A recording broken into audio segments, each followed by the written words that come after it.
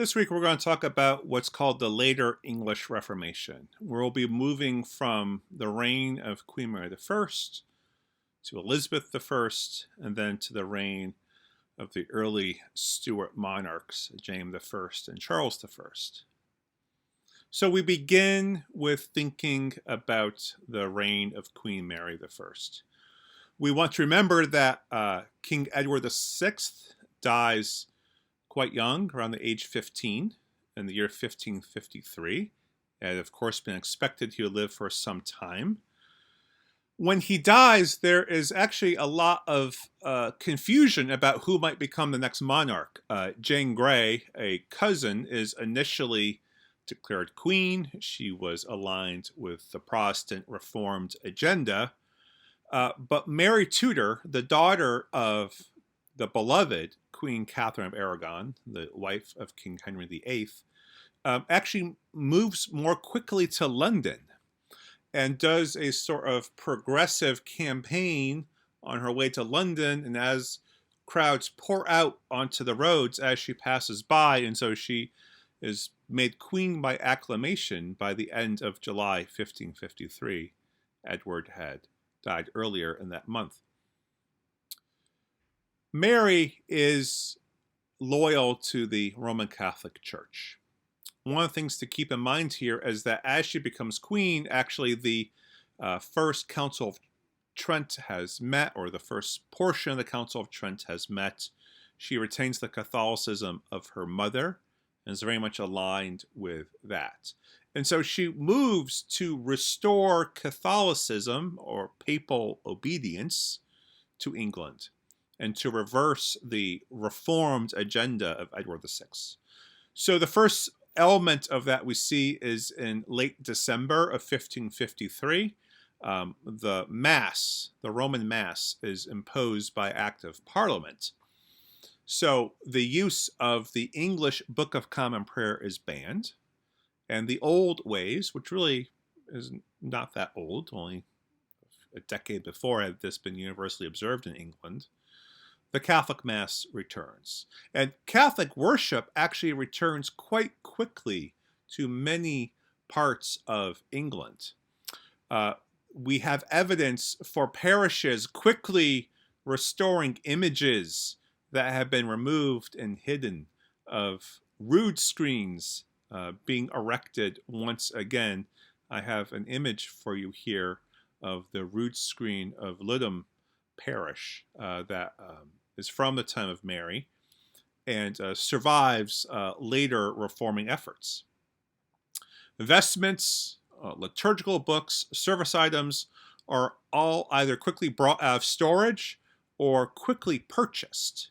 And so this quick return of the Catholic Mass indicates that there is widespread interest and affection for this pattern of Christian life and worship, and that perhaps the reformed agenda of Edward VI and his circle, people like Thomas Cranmer, Hugh Latimer, was actually not as popular as we might have assumed. After the restoration of the Mass, Queen Mary moves quickly in other ways to ensure that true religion, as she sees it, is restored to England. One of the people she is working with here is Cardinal Reginald Pole, who is a English Catholic of a prominent English family, and is to her what someone like Thomas Cromwell was to Henry VIII, one who ensures that a religious vision is instituted. So what we see then with this working of Mary and Reginald Pole is an emphasis in these injunctions to ensure that Catholic Eucharistic theology and practice is supported. So the teaching of transubstantiation is underlined, reception of the Eucharist under one kind, just the wafer, and other elements. There's emphasis on the importance of Orthodox teaching, which here means things like just not upholding the Nicene Creed, but also teaching about salvation, justification properly from a Roman Catholic perspective rather than from a Lutheran or Reformed perspective. And then finally, there is a reversal on the bans of the many feast and fast days that have been overthrown during the reign of Edward VI. So popular religion, as it had been known in a prior decade, is restored. Queen Mary is often euphemistically referred to as Bloody Mary. There are certainly many people who are executed for their Protestant religious beliefs during this time period. About 280 people in total are executed, including 5 bishops and 51 women. Of the martyrs here, most are lay, only 10% are clergy. There are also some notable executions that occur here. Of course, the famous executions of Latimer and Ridley and Cranmer, who are known as the Oxford martyrs. If you go to Oxford, you can see the Oxford Martyrs Memorial there that commemorates where Latimer and Ridley and Cranmer are all executed for adhering to Protestant religion and rejecting the authority of the papacy. You also have an event where the bones of Martin Bucer are exhumed and burnt in the city of Cambridge. Martin Bucer, of course, was a prominent Reformed theologian who helped Thomas Cranmer in advancing the Reformed agenda under Edward VI. As well, about 800 people flee to continental Europe during the reign of Mary. These are leading Protestant thinkers. They go to places like Geneva and Strasbourg, these leading centers of Reformed thinking, and they're going to come back under the reign of Elizabeth and introduce new ideas about the Protestant religion that will create some fissures. We'll get to that in the next video. A number of other people, though, many, don't flee. Instead, even if they might have Protestant ideals, they conform to the requirements of the church under Queen Mary. Even if they had Protestant ideals, they decide it's better to attend the Mass and to say that they conform than to die or to lose their possessions.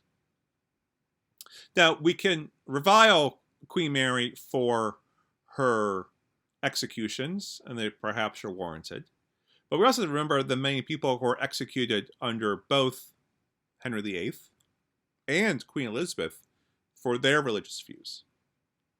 And so the moniker of Bloody Mary might be more about the later Protestant identity of England and of the Church of England than about the specific actions of Mary herself. That is, it's a way to villainize Roman Catholicism. So that's something we might want to discuss more.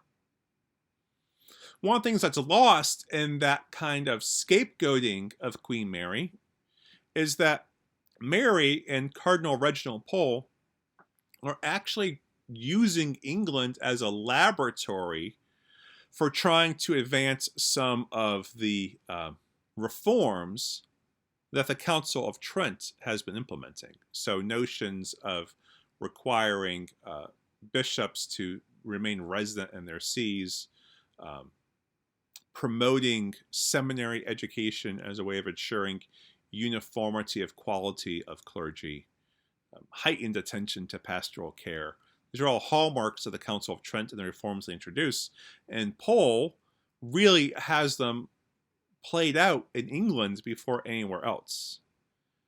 And there is strong evidence that by the 4 years or so into Queen Mary's reign, that she is actually becoming quite effective at helping to re-Catholicize England. And that indeed, if she had lived longer, England might have been much more Roman Catholic than this later Protestant trajectory. She dies, though, quite unexpectedly on November 17th, 1558.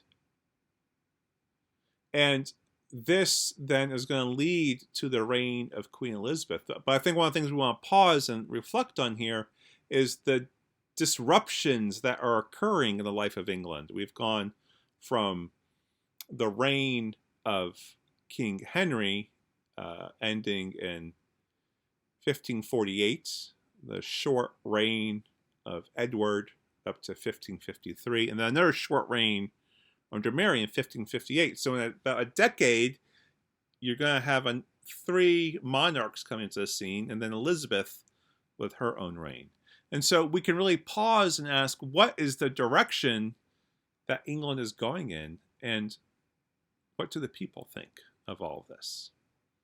Those are some questions we can consider as we move into our next video on Elizabeth I and her process of making England a Protestant country.